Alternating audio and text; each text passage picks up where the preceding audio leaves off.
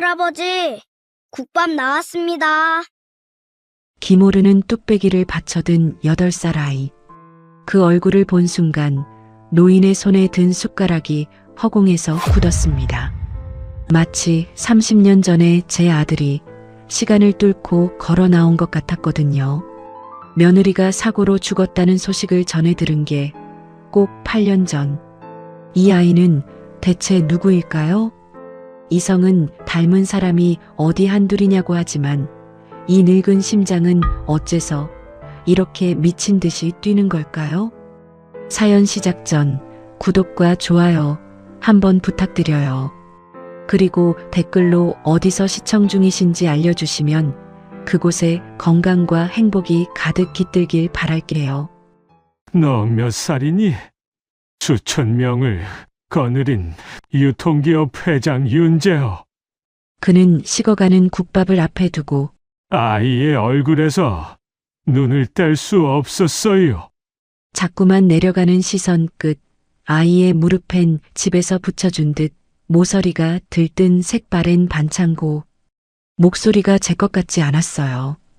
그때였습니다. 주방 쪽 미닫이가 드르륵 열리고 30 중반쯤 됐을까 머리를 질끈 묶은 야윈 여자가 행주에 손을 닦으며 나왔습니다. 손님에게 인사를 건네려던 여자가 재호의 얼굴을 보는 순간 못 박힌 듯 멈춰 섰고 행주를 쥔 손이 하얗게 질렸어요. 여자가 다가와 아이의 손목을 낚아채듯 잡았습니다. 하준아, 들어가자. 어서. 엄마, 손님. 들어가자니까. 여자는 아이를 끌다시피 주방 안으로 데려갔고 재호가 엉거주춤 일어났을 때는 이미 두 사람의 등이 가게 뒷문 쪽으로 사라지고 있었습니다. 뒷문이 쾅 닫혔어요. 재호는 식은 국밥을 둔 채 뒷문을 밀고 나갔지만 양쪽으로 갈라진 좁은 골목 어느 쪽에도 모자의 모습은 없었습니다. 텅 빈 골목엔 그가 거칠게 몰아쉬는 숨소리뿐. 재호는 한참을 그렇게 서 있었어요. 75평생 사람을 보고 이렇게 가슴이 뛴 적이 없었으니까요. 손님 얼굴 한번 본 게 전부인데 저 여자는 도대체 왜 자식까지 끌고 저렇게 도망쳤을까요? 도무지 짐작조차 가지 않았고 바로 그 점이 뒷덜미를 서늘하게 긁고 지나갔습니다. 그는 떨리는 손으로 휴대폰을 꺼내 비서실장을 불렀어요. 이상철이, 이 가게 주인이 누군지 알아봐. 오늘 중으로. 전화를 끊고 고개를 들었을 때 골목 너머로 거대한 간판 하나가 시야를 가득 채웠습니다. 환하게 빛나는 붉은 글씨. 고향의 맛을 전합니다. 자기 회사의 마트였어요. 오늘 아침 그가 이 낯선 소도시까지 2시간을 달려 내려온 것도 바로 저 간판 하나 때문이었어요. 새 점포가 문을 열면 보고서로 받지 않고 제 눈으로 첫 며칠을 봐야 직성이 풀리는 사람이었거든요. 그런데 지금 그 매끈한 간판이 길 건너 불 꺼진 국밥집을 내려다보듯 우뚝 서 있었고 재호는 한동안 거기서 눈을 떼지 못했습니다. 그 불빛과 어둠이 무엇을 뜻하는지 그날의 그는 미처 헤아리지 못했습니다. 길 건너 고향만 마트가 아직 깊은 잠에 빠져 있는 새벽. 4시 시골 국밥의 주방에는 벌써 불이 켜져 있었습니다. 박서하는 큰 솥에 물을 받아 불 위에 올리고 핏물을 뺀 사골을 한 덩이씩 집어넣었어요. 손끝이 곱아 잘 펴지지 않는 추운 시간이었지만 그녀의 손놀림에는 망설임이 없었습니다. 8년을 하루도 거르지 않고 반복해온 동작이었거든요. 푸른 불꽃이 손 밑바닥을 핥기 시작하자 어두운 주방의 사골 끓는 냄새가 천천히 차올랐어요. 서한은 잠시 솥 앞에 등을 기대고 섰습니다. 하루 중 유일하게 아무도 자기를 찾지 않는 짧고 고요한 시간이었죠. 그때 안쪽 방문이 빼꼼 열렸습니다. 엄마, 나도 도와줄게. 하준이가 어깨에 잠을 얹은 채 절뚝거리며 걸어 나왔어요. 흰 청 같은 반창고가 감긴 한쪽 무릎. 아이는 익숙하게 어른 앞치마를 끌어다 2번 접어묶고는 깍두기 통 앞에 쪼그려 앉았습니다. 엄마, 나 깍두기 썰어도 돼? 칼 조심하고. 손가락 끝 말고 마디로 누르랬지. 서아가 뒤로 다가가 물을 쥔 아이 손 위에 자기 손을 포겠고 무 한 조각이 도마 위에서 또각 잘리자 아이가 뿌듯한 얼굴로 올려다봤어요. 이 좁은 새벽 주방에서 모자가 만들어내는 풍경은 가진 게 없는데도 따뜻했죠. 그런데 물을 몇 조각 더 썰던 하준이가 문득 손을 멈췄습니다. 엄마, 다른 애들은 아프면 병원 가잖아. 나는 왜 못 가? 서아의 손이 도마 위에서 굽고 물을 누르던 칼끝이 멎었습니다. 그녀는 아이의 눈을 마주보지 못한 채 솥에서 피어오르는 김으로 시선을 피했어요. 아이가 아프면 병원에 데려가는 것, 또래랑 학교 책상에 나란히 앉는 것, 세상 모든 엄마에게는 숨쉬듯 당연한 그 일들을 서아는 8년 동안 단 한 번도 해주지 못했습니다. 대답을 찾지 못한 서아의 귀에 노란 가방을 맨 또래 아이들이 가게 앞을 지나 학교로 몰려가던 며칠 전 그 아침의 제잘거림이 되살아났어요. 그날 하준이는 행주를 든 채 유리문 앞으로 가서 이마를 차가운 유리에 붙이고 입김이 동그랗게 서리는 줄도 모른 채 멀어지는 아이들의 뒷모습을 눈으로 쫓았습니다. 한 아이가 뒤를 돌아 누군가에게 손을 흔들자 하준이도 반사적으로 손을 들었다가 그게 자기한테 흔드는 게 아니라는 걸 깨닫고는 슬그머니 다시 내렸어요. 그러고는 아무 일도 없었다는 듯 돌아서서 다시 깍두기 통 앞에 쪼그려 앉았죠. 주방에서 그 뒷모습을 지켜보던 서아는 손에 들고 있던 국자를 솥 안에 내려놓을 수밖에 없었습니다. 못해준 게 아니라 해서는 안 됐던 거였죠. 병원 접수대에 이름 석자를 적는 순간, 학교에 서류를 내미는 순간, 이 아이도 자기도 이 세상에 있어서는 안 될 사람이라는 게 들통날 테니까요. 열이 펄펄 끓는 밤에도 병원 대신 약으로 버티고 첫걸음마도 빠진 앞니도 사진 한 장 남기지 못한 8년. 이름을 가진 사람들의 세상 가장자리에서 모자는 그림자처럼 숨죽여 살아왔습니다. 하지만 그 사정을 8살에게 어떻게 설명하겠어요? 서아는 아무 대답도 하지 못한 채 아이의 등을 쓸어내리고는 다시 솥 쪽으로 몸을 돌릴 뿐이었습니다. 등 뒤에서 아이가 더는 묻지 않은 게 차라리 더 아팠어요. 낮에 가게 문을 열었지만 점심 내내 들어온 손님은 단 2뿐. 길 건너 마트가 문을 연 뒤로 매상은 반토막이 났어요. 사람들은 이제 화나고 넓은 마트 푸드코트에서 서안의 반값 좀 더 되는 5,000원짜리 국밥을 먹었죠. 한쪽은 점심마다 손님으로 북적였고 길 하나 건너 시골 국밥엔 천장에서 선풍기 소리만 헛돌고 있었습니다. 오후 늦게 문을 밀고 들어온 동네 이장은 평소 같으면 국밥 한 그릇 비우며 너스레부터 떨 양반인데 그날따라 얼굴이 굳어 있었어요. 서아야, 내가 들은 얘기가 있어서 그러는데. 서아가 행주질하던 손을 멈췄습니다. 저 마트 쪽에서 주변 가게들 정리한다고 구청에 무허가 영업신고를 넣었다더라. 너희 가게도 거기 끼었고. 그리고 이장이 잠시 머뭇거리다 목소리를 낮췄어요. 미등록 거주자 조사도 같이 나온다는 말이 돌아. 여기 사는 사람들 신원 확인하는 거. 별일 아닐 수도 있는데 그래도 미리 알고는 있어야 할 것 같아서 말이야. 별일 아닐 수도 있다는 그 말에 서아의 얼굴에서 핏기가 싹 가셨습니다. 남에게는 그저 행정 절차일 뿐인 그 단어가 서아에게는 8년을 쌓아 올린 모든 것이 한순간에 무너져 내리는 소리로 들렸어요. 손끝이 싸늘해지고 등줄기로 식은땀이 배었습니다. 고작 거주자 조사 하나에 이 여자가 왜 이렇게까지 휘청이는지 그건 아직 아무도 알지 못했어요. 마주 앉은 이장조차도요. 괜찮아요, 이장님. 신경 써주셔서 감사해요. 서아는 있는 힘을 다해 입꼬리를 끌어올렸어요. 속이 시퍼렇게 내려앉는데도 입가에는 끝까지 웃음을 매단 채로요. 이장은 그 억지 웃음 뒤에 무언가가 있다는 걸 어렴풋이 느꼈는지 안쓰러운 얼굴로 서아를 한참 보았습니다. 내가 구청에 아는 사람이 있으니까 신고건은 어떻게든 한번 막아볼게. 근데 서아야. 이장이 잠깐 말을 골랐어요. 솔직히 나 같은 늙은이가 저런 큰 회사를 상대로 막아주는 데는 한계가 있다.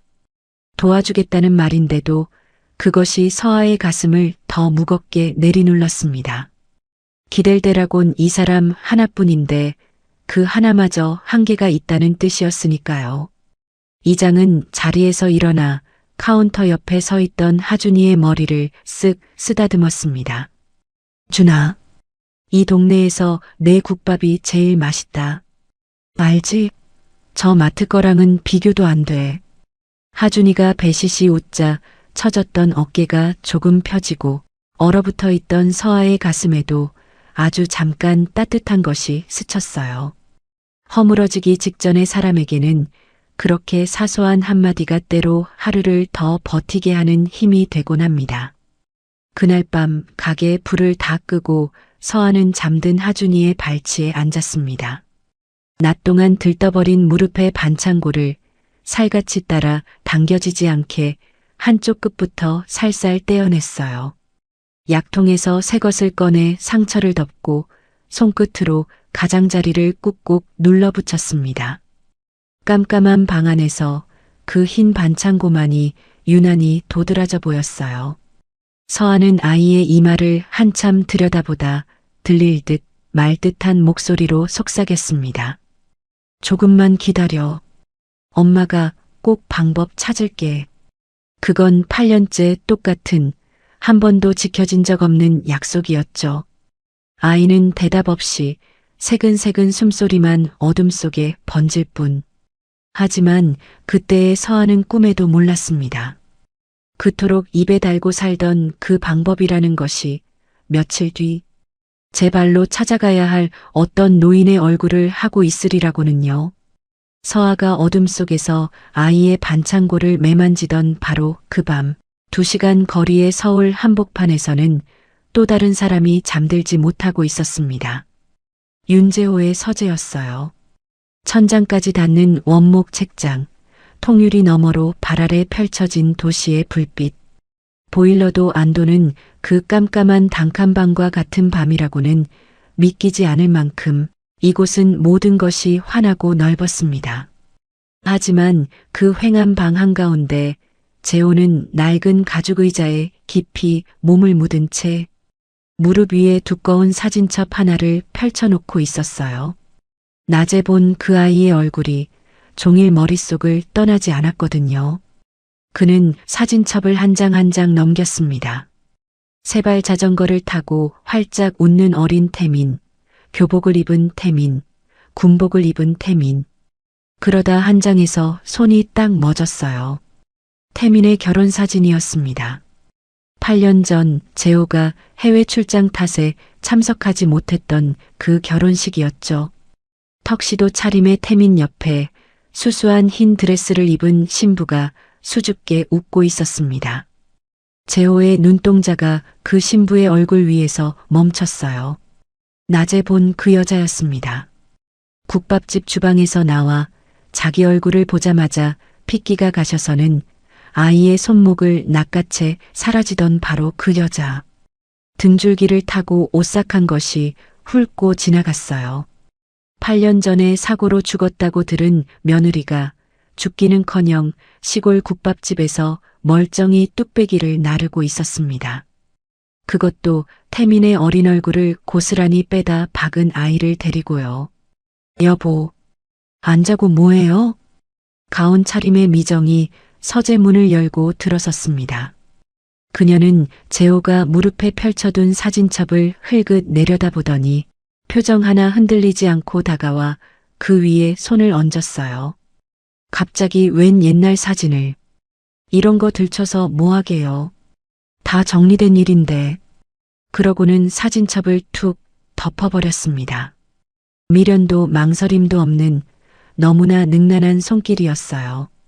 마치 오래전부터 그 페이지가 펼쳐지는 것을 막아온 사람처럼 말이죠. 재호는 아내의 그 무심한 손을 잠깐 올려다보았지만 그날 밤은 아무 말도 하지 않았습니다. 미정이 침실로 돌아간 뒤 재호는 휴대폰을 들어 아들 태민의 번호를 눌렀습니다. 태민아, 늦은 시간에 미안하다. 하나만 묻자. 내 첫 결혼, 그 사람 말이다. 이름이 박서하였지? 전화기 너머에서 잠깐 숨소리만 흐르는 침묵이 있었어요. 아버지, 갑자기 그 사람 얘기는 왜요? 그냥 문득 생각이 나서 그런다. 정리된 일이에요. 태민의 목소리가 미세하게 빨라졌습니다. 오래전에 다 정리됐잖아요. 이제 와서 들추실 거 없어요. 그만 주무세요, 아버지. 전화가 끊겼는데도 재호는 한동안 휴대폰을 귀에서 떼지 못했어요. 정리. 방금 미정이 사진첩을 덮으며 내뱉은 말과 토씨 하나 다르지 않은 둘이 약속이라도 한 듯 똑같은 단어였어요. 사람이 죽었으면 슬픈 일이지 어떻게 정리가 됩니까? 그 단어가 목구멍에 걸렸지만 재호는 애써 고개를 저었어요. 죽은 사람이 살아있을 리가 없잖아. 머리로는 수백 번 그렇게 못을 박았습니다. 그런데 본능은 자꾸만 다른 소리를 속삭이고 있었어요. 그럼 그 여자는 왜 나를 보자마자 도망쳤지? 재호는 어둠 속 천장을 올려다보았습니다.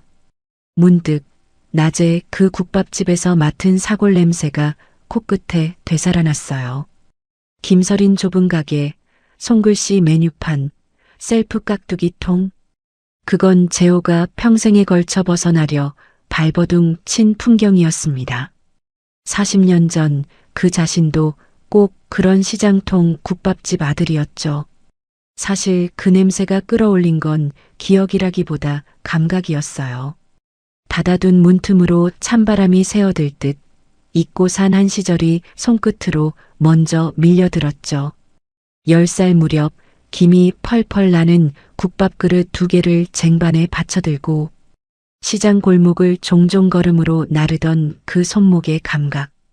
그릇이 무거워 팔이 후들거렸고 넘친 국물이 손등을 대어 따가웠지만 한 방울이라도 흘리면 등짝을 맞았으니까 이를 악물고 걸었습니다. 가게로 돌아오면 어머니는 빨갛게 튼 손으로 솥을 저으며 그랬어요. 학교는 다음에 가. 오늘만 더 도와줘. 그 다음은 끝내 오지 않았고요. 그 아이의 작은 손이 뚝배기를 받쳐 들고도 한 방울. 흘리지 않으려 안간힘을 쓰던 그 손이 40년 전 자기 손목과 지독하게 겹쳤어요. 학교에 가야 할 나이에 앞치마를 두르고 국밥을 나르던 그 8살이 꼭 어린 시절의 자기 같았습니다. 가난의 냄새. 그 냄새가 지긋지긋해서 다시는 근처에도 가지 않겠다고 이를 갈며 고향 맛을 세웠습니다. 고향의 맛을 전한다는 간판을 큼지막하게 내걸고서 정작 제 고향은 등져버렸죠. 그렇게 올라온 자리에서 그는 아들의 결혼식에도 며느리의 장례식에도 가지 않았습니다. 늘 회사가 먼저였으니까요. 사람이 죽었다는데 전화 한 통으로 알았다 하고 끊어버렸던 자신을 재호는 오늘에야 비로소 떠올렸습니다. 부끄럽게도 그 며느리의 얼굴조차 자기는 사진으로도 제대로 들여다본 적이 없었어요. 그 국밥집에서 마주치고서야 8년 만에 처음으로 그 얼굴을 똑바로 본 셈이었죠. 그 아이는 왜 하필 태민이의 그 얼굴이지? 이성과 본능, 재호는 그 두 목소리 사이에서 밤새 한숨도 자지 못했습니다. 날이 밝자마자 재호는 결국 비서실장 이상철을 불렀습니다. 8년 전 내 며느리 박서아 사망신고 기록을 떼와. 사고 경위도 전부. 그리고 어제 그 국밥집 등기랑 사업자 등록 다 뽑아봐. 이상철의 표정이 잠깐 굳었지만 토를 달지 않고 고개를 숙였습니다. 서류 봉투를 들고 이상철이 다시 회장실 문을 연 건 그날 저녁. 20년을 한결같이 차분하던 그 얼굴이 어딘가 조심스러웠어요. 그는 봉투에서 서류를 한 장씩 꺼내 책상 위에 내려놓기 시작했습니다. 첫 번째 장은 사망신고서였어요. 재호의 시선이 신고인 칸에 닿는 순간 손끝이 차게 식었습니다. 신고인 강미정. 자기 아내였어요. 며느리의 죽음을 관청에 알린 사람이 다름 아닌 자기 아내였습니다. 두 번째 장. 그날 그 시각의 사고 기록 조회 결과였습니다. 해당 일자, 해당 지역, 사고 기록 없음. 재호의 숨이 턱 멎었어요. 그 아래 시신인도 기록 없음. 그 밑에 또 한 줄 유골 인수 기록 없음. 재호는 그 서류를 한참 동안 내려다보았어요. 죽었다는 사람이 죽은 흔적이라곤 아내가 손수 써넣은 사망신고서 한 장뿐이었습니다. 재호의 턱 근육이 딱딱하게 굳었어요. 명치 아래 어딘가에서 오래 잊고 살았던 뜨거운 것이 머리끝까지 차올랐습니다. 멀쩡히 숨쉬고 있는 사람을 제 손으로 죽은 사람. 만들어 놓고도 8년을 같은 밥상 앞에서 눈 한 번 깜짝하지 않았다는 뜻이었으니까요. 서류를 쥔 손마디가 하얗게 도드라져 있었습니다. 분노였는지 충격이었는지 아마 둘 다였을 겁니다. 서류가 누락됐겠지. 행정착오일 수도 있어. 재호는 그렇게 한 번 더 회피해 보려 했어요. 하지만 이상철이 내려놓은 마지막 한 장이 그 회피마저 끊어버렸습니다. 그것은 시골 국밥에 들어간 무허가 영업 민원 접수증이었어요. 그 접수부서 칸에 익숙한 이름이 찍혀 있었습니다. 고향맛 종합식품 마트관리본부. 자기 회사였습니다. 회장님. 이상철이 입을 열었어요. 저녁 식사는 좀 드시고 보시지요. 재호는 마치 들리지도 않는 사람처럼 아무 대답도 하지 않았어요. 세 장의 서류를 번갈아 훑던 그가 낮고 갈라진 목소리로 내뱉었습니다. 그 가게 내일 다시 간다. 그날 밤도 재호는 잠들지 못했어요. 죽지 않은 며느리, 자기 핏줄을 빼닮은 아이, 아내의 손으로 작성된 거짓 사망신고서. 거기까지는 분노가 향할 곳이 분명했습니다. 하지만 그 마지막 한 장만은 재호도 아직 그 의미를 온전히 받아들이지 못하고 있었어요. 자기 회사가 자기도 모르는 사이에 그 국밥집 하나를 야금야금 목 졸라 죽이고 있었다는 것. 그 가게에서 끓던 국밥이 40년 전 자기가 등지고 떠나온 바로 그 고향의 맛이었다는 것. 그리고 그 가게 안에서 자기 손주가 반창고를 붙인 채 국밥을 나르고 있었다는 것. 그 세 가지가 사실은 한 줄로 이어진 이야기라는 것을 재호는 그날 밤까지도 미처 꿰어보지 못했습니다. 같은 시각 서울의 한 고급 레스토랑 룸에서는 전혀 다른 종류의 식사가 차려지고 있었습니다. 강미정은 음식엔 손도 대지 않은 채 태블릿 화면 위 숫자들을 손끝으로 넘기고 있었어요. 재단 후원 명세, 그룹 지분 현황, 상속 설계. 그녀에게 식사 자리란 늘 그런 거였습니다. 입이 아니라 머리를 굴리는 자리. 맞은편엔 아들 태민이 앉아 있었어요. 엄마, 아버지가 요즘 좀 이상해요. 태민이 포크를 내려놓으며 말했습니다. 지방에 며칠씩 내려가 계시고 전화도 잘 안 받으시고 어제는 비서실장한테 8년 전 서류를 떼오라고 하셨다는데 미정의 손끝이 화면을 넘기던 그 자리에서 딱 멈췄어요. 8년 전 서류? 네. 그 여자 사망신고 기록이랑 무슨 국밥집 등기 같은 것도요. 미정은 잠시 말이 없다가 태블릿을 탁 덮고 냅킨으로 손을 닦았어요. 8년 전 봉투 하나와 종이 한 장으로 깨끗이 지웠다고 믿었던 일이 다시 수면 위로 떠오르고 있다는 걸 직감했습니다. 그런데 그 얼굴엔 놀라움도 두려움도 없었어요. 밀린 잡무 하나를 떠올린 사람의 표정, 딱 그거였습니다. 그 여자가 아직 살아있나 보구나. 미정이 낮게 중얼거렸어요.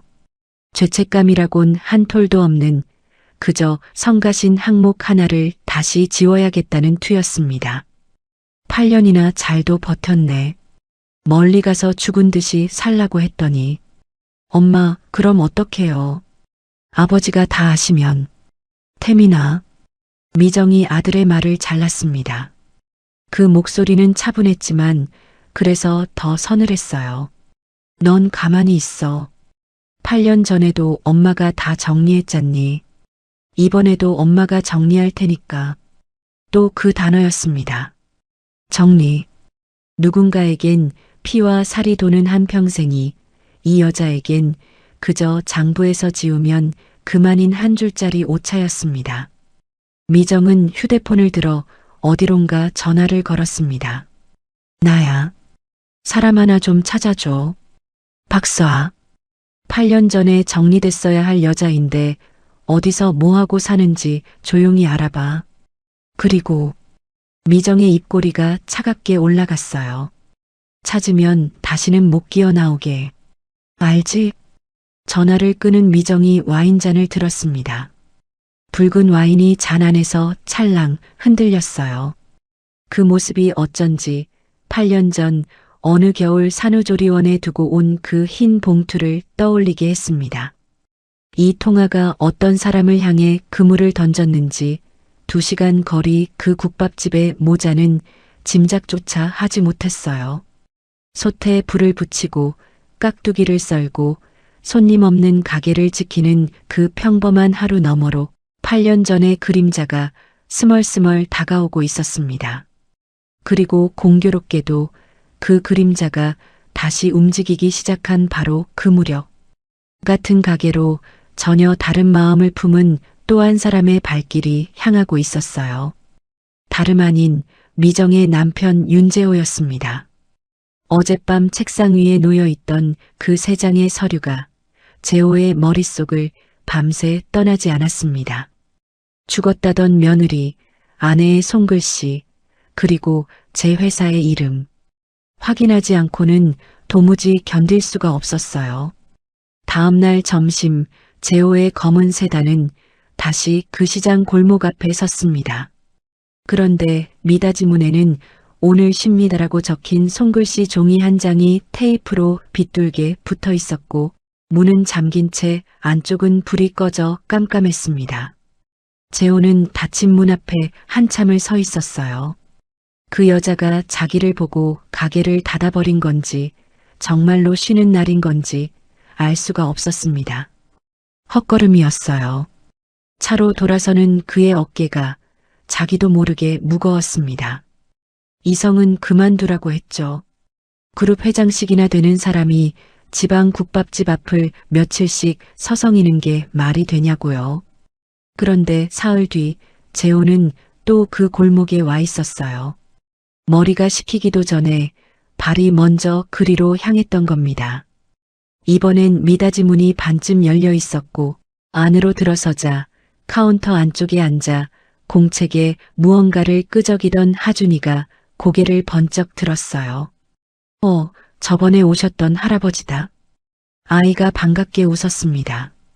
처음 본 손님을 사흘이나 기억하고 있었던 거예요. 가게 안에 서아의 모습은 보이지 않았습니다. 엄마는 시장에 재료 사러 갔어요. 금방 와요. 저 혼자서도 가게 잘 봐요. 하준이가 어깨를 으쓱하며 카운터 밖으로 나왔습니다. 엄마가 없는 사이 혼자 가게를 지키는 게 이 아이에겐 전혀 낯선 일이 아닌 듯 했죠. 할아버지, 국밥 드실 거죠? 깍두기는 셀프예요. 저번에도 말씀드렸죠? 그 야무진 말투에 재호의 입가가 살짝 풀렸습니다. 하지만 곧 묻지 않을 수 없었어요. 너 몇 살이니? 8이요. 이름은? 윤아준이요. 윤아준. 재호의 숨이 또 한 번 멎었습니다. 하준이라는 이름이야 흔할 수도 있었어요. 그런데 하필 성이 윤이었습니다. 우연이라기엔 우연이 너무 많이 겹치고 있었습니다. 자리로 안내하려고 앞장서는 하준이의 반바지 아래로 무릎에 반창고가 또 눈에 들어왔어요. 거기 또 다쳤어? 네. 어제 평상에서 넘어졌어요.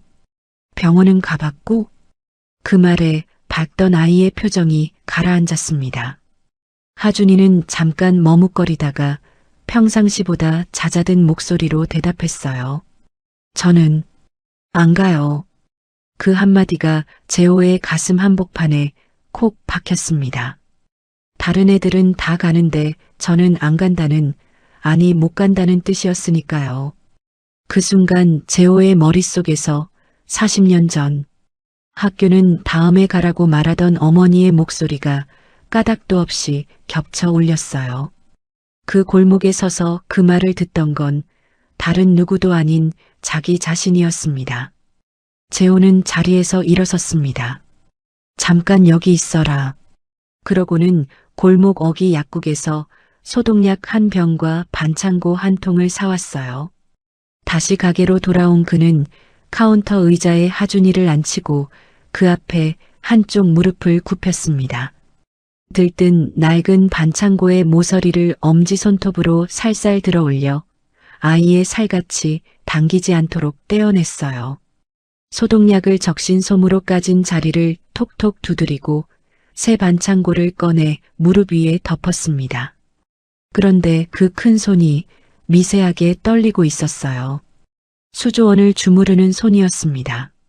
수천 명의 직원을 거느리고 서명 한 번으로 회사 하나를 사고 파는 손이었어요. 그 손이 8살짜리에 까진 무릎 앞에서 가느다랗게 떨리고 있었던 겁니다. 머리는 아직 아닐 거야 하고 버티는데 몸이 먼저 알아본 거였어요. 손바닥에 닿는 이 작고 따뜻한 무릎이 바로 제 핏줄이라는 것을요. 할아버지, 손이 떨려요.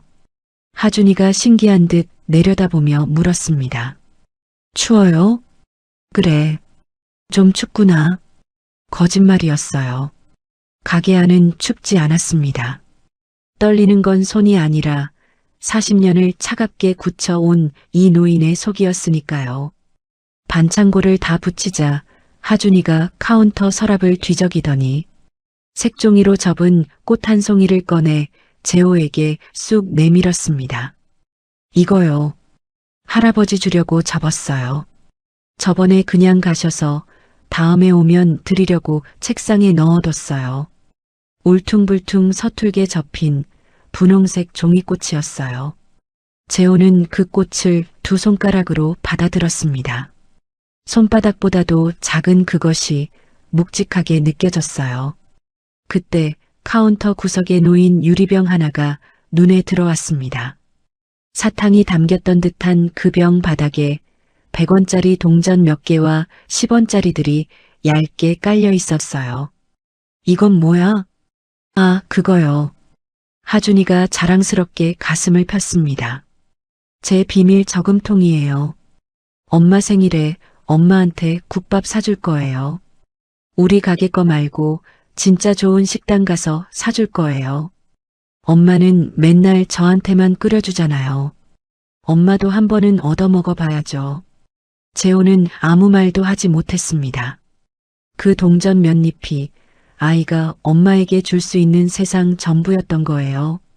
카운터 위에는 공책 한 권과 몽당 연필 한 자루가 놓여 있었고 펼쳐진 면에는 삐뚤빼뚤한 글씨로 받아쓰기가 적혀 있었어요. 학교에 못 가는 아이에게 엄마가 손수 내준 숙제였죠. 한참 만에 재호가 자리에서 일어나 지갑에서 10,000원짜리 한 장을 꺼내 카운터에 내려놓았어요. 잔돈은 됐다. 그러고는 휴지에 싸서 손에 쥐고 있던 낡은 반창고를 방금 아이의 무릎에서 떼어낸 그것을 슬그머니 코트 주머니 속 비닐봉지에 옮겨 담았습니다. 아이의 살갗에 오래 붙어 있던 그 반창고에는 진실을 밝혀줄 무언가가 묻어 있을 터였죠. 가게를 나서는 재호의 한 손에는 아이가 접어준 종이꽃이, 다른 손 주머니에는 밀봉한 반창고가 들려 있었습니다. 한쪽은 따뜻했고 한쪽은 차가웠어요.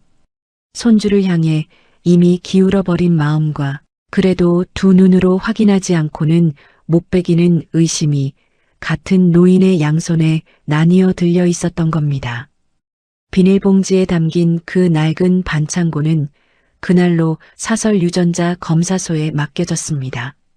결과가 나오기까지 며칠 회사 일이 도무지 손에 잡히지 않은 재호는 서울로 돌아가는 대신 시장에서 멀지 않은 낡은 모텔에 방을 잡았어요. 평생 호텔 스위트룸만 드나들던 사람이 벽지가 들뜬 좁은 모텔방, 창가에 앉아 멀리 내다보이는 시장 골목 쪽만 하염없이 바라보고 있었죠. 며칠 뒤 아침, 이상철이 검사소에서 보내온 결과지를 들고 모텔 방문을 두드렸어요. 재호는 봉투를 받아든 채 한참을 뜯지 못했습니다. 이걸 뜯는 순간 더는 아닐 거야 하고 도망칠 수 없게 된다는 걸 알고 있었으니까요. 마침내 봉투를 열자 종이 맨 아래 굵은 글씨 한 줄이 눈에 들어왔어요. 친자관계 확률 99.99%. 종이를 쥔 손이 우뚝 멈췄습니다. 숨이 턱 막혔어요. 다리에서 힘이 빠져나갔습니다. 재호는 모텔 침대 모서리에 주저앉았어요. 손자였습니다. 진짜였어요. 그러자 잊고 있던 8년 전 그날이 한 통의 전화 소리와 함께 또렷이 되살아났어요.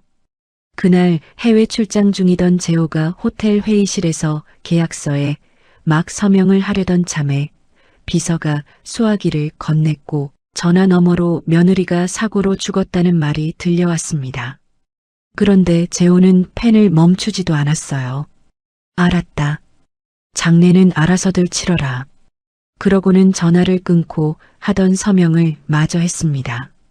사람 하나가 죽었다는데 펜 끝 한 번 떨리지 않았던 거예요. 그 전화가 새빨간 거짓이었다는 걸 그날 호텔에서 자기가 펜 끝으로 흘려보낸 게 멀쩡히 살아있는 며느리와 갓 태어난 손주였다는 걸 재호는 8년이 지난 지금에야 깨달았습니다. 그 8년 내내 손주가 학교도 병원도 못 가고 반창고 한 장으로 버티는 동안 할아버지라는, 자기는 그 아이가 세상에 있다는 것조차 단 한 번도 생각해 본 적이 없었어요. 그 사실이 99.99라는 숫자보다 더 무겁게 가슴을 짓눌렀습니다. 재호는 이윽고 휴대폰을 들었고 이상철에게 거는 목소리는 낮게 가라앉아 있었어요. 이번 주 일정 전부 미뤄. 나 며칠 더 여기 있겠다. 20년을 모셔온 이상철도 선뜻 믿기 어려운 말이었습니다. 그 무렵 길 건너 마트 주차장에 세워둔 차 안에서 점퍼 차림의 사내 하나가 국밥집 쪽으로 휴대폰을 들어 올리고 있었습니다. 찰칵. 행주지라는 서아와 카운터의 하준이가 한 화면에 담겼어요. 사진은 곧장 서울의 한 번으로 전송됐고 잠시 뒤 화면을 확인한 미정의 눈이 가늘게 좁혀졌습니다. 가서 이 여자가 맞는지 확인해. 8년 전에 지웠던 이름이 이제 사진 한 장이 되어 그 손바닥 위에 놓여 있었어요. 그날 오후 재호는 다시 국밥집 문을 밀었습니다. 이번엔 이 아이가 제 손주라는 걸 알고 들어가는 길이라 문턱을 넘는 발걸음이 전과는 분명히 달랐어요. 할아버지 또 왔어요. 하준이가 환하게 웃으며 달려나왔습니다. 재호를 자리에 앉히고는 익숙하게 물컵을 내려놓으며 물었어요. 오늘은 뭐 드실 거예요? 국밥. 에이, 또 국밥. 할아버지는 맨날 국밥이네. 하준이가 까르르 웃었습니다. 잠시 뒤 김이 오르는 뚝배기가 상에 놓이고 재호는 숟가락을 들어 국밥을 한술 떴어요. 그런데 목구멍이 꽉 막혀 맛이 느껴지지 않았습니다. 제 손주가 끓는 솥 앞에서 8년을 보낸 그 국물이었는데 정작 무슨 맛인지 알 수가 없었어요. 그저 뜨겁다는 것밖에는요. 하준이가 재호 옆 의자에 슬쩍 엉덩이를 붙이고 앉았습니다. 할아버지, 할아버지는 매일 와도 돼요. 매일? 네. 저 사실 좀 심심하거든요.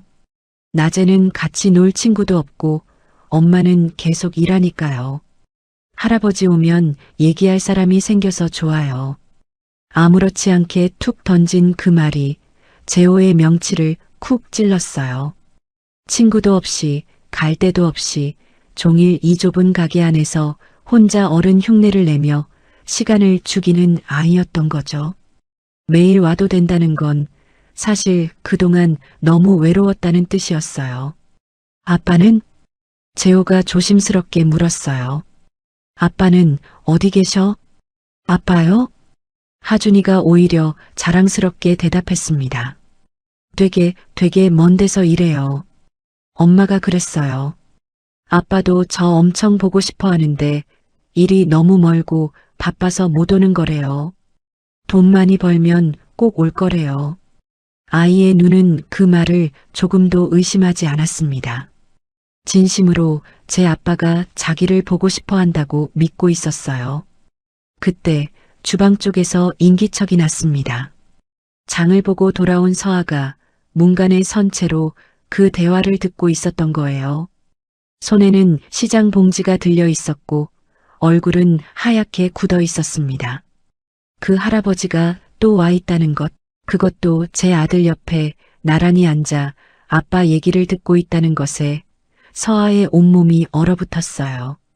재호의 시선이 서아에게 가닿았고 두 사람의 눈이 마주쳤습니다. 그 눈은 말없이 묻고 있었어요. 정말로 태민이가 멀리서 일하느라 못 오는 거냐고. 그게 정말 사실이냐고. 서아는 대답하지 못했습니다. 도망치지도 못했어요. 그저 들고 있던 시장 봉지를 두 손으로 꼭 움켜쥔 채 고개를 떨궜을 뿐. 그 숙인 고개가 어떤 말보다도 많은 것을 말하고 있었어요. 아이가 철석같이 믿는 먼 데서 일하는 아빠가 사실은 어떤 거짓인지, 그 거짓을 서아가 8년 동안 왜 그렇게 지켜왔는지, 거기까지는 재호도 아직 닿지 못하고 있었어요. 서아의 떨군 고개 위로 가게 천장에 희끄무레한 불빛이 어른거렸어요. 그 흐릿한 흰빛이 8년 전 어느 겨울의 다른 천장과 겹쳐지기 시작했습니다. 그 천장은 8년 전 어느 산후조리원의 희고 휑한 천장이었습니다. 8년 전 27의 서아는 산후조리원 침대에 앉아 갓 태어난 아들을 품에 안고 있었어요. 핏덩이처럼 조그맣고 뜨거운 생명이 서아의 가슴팍에서 새근새근 숨을 쉬고 있었죠. 며칠 전 첫 울음을 터뜨린 그 아이의 이름은 아직 짓지도 못한 채였습니다. 남편 태민은 출산하던 날에도 끝내 오지 않았어요. 대신 병실 문을 열고 들어선 건 단 한 번도 며느리로 인정한 적 없던 시어머니 강미정이었습니다. 값비싼 모피 코트를 걸친 미정은 마치 흠집난 물건이라도 살피듯 갓난아이를 안은 서아를 발끝부터 차갑게 훑어내렸어요. 그 아이가 정말 우리 집 핏줄인지 내가 어떻게 아니? 미정의 목소리에는 감정이라곤 없었습니다. 복잡하게 만들지 말자. 아이만 여기 놓고 조용히 나가. 매달 200씩 보내줄 테니까. 서아는 본능적으로 아이를 끌어안았어요. 제 아이예요. 안 놓습니다. 미정의 입꼬리가 싸늘하게 비틀렸습니다. 그래, 그럼 어쩔 수 없지. 미정이 등을 돌리며 내뱉었어요. 너랑 그 애 둘 다 없는 사람이 되는 거야. 그게 무슨 뜻인지 그때의 서아는 알도리가 없었습니다. 며칠 뒤 서아는 아이의 출생 신고를 하러 아기를 안고 동사무소를 찾아갔어요. 번호표를 뽑고 차례를 기다리고 창구 앞에 섰습니다.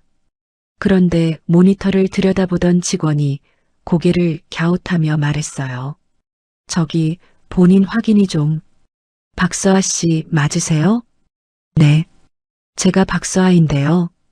직원이 다시 화면을 확인하더니 아주 사무적인 목소리로 덧붙였습니다. 그런데 이분이 시스템상으로는 사망자로 되어 있는데요. 사망자. 서아의 머릿속이 하얗게 비었습니다. 품 안에 아기가 칭얼댔지만 그 소리마저 아득하게 멀어졌어요. 살아서 숨쉬고 두 발로 서 있는 자기가 종이 위에서는 죽은 사람이 되어 있었던 겁니다. 미정이 등을 돌리며 내뱉은 그 말, 둘 다 없는 사람이 되는 거야가 무슨 뜻이었는지를 서아는 그 창구 앞에서야 비로소 깨달았어요. 서류 위에서 죽은 사람은 아무것도 할 수 없습니다.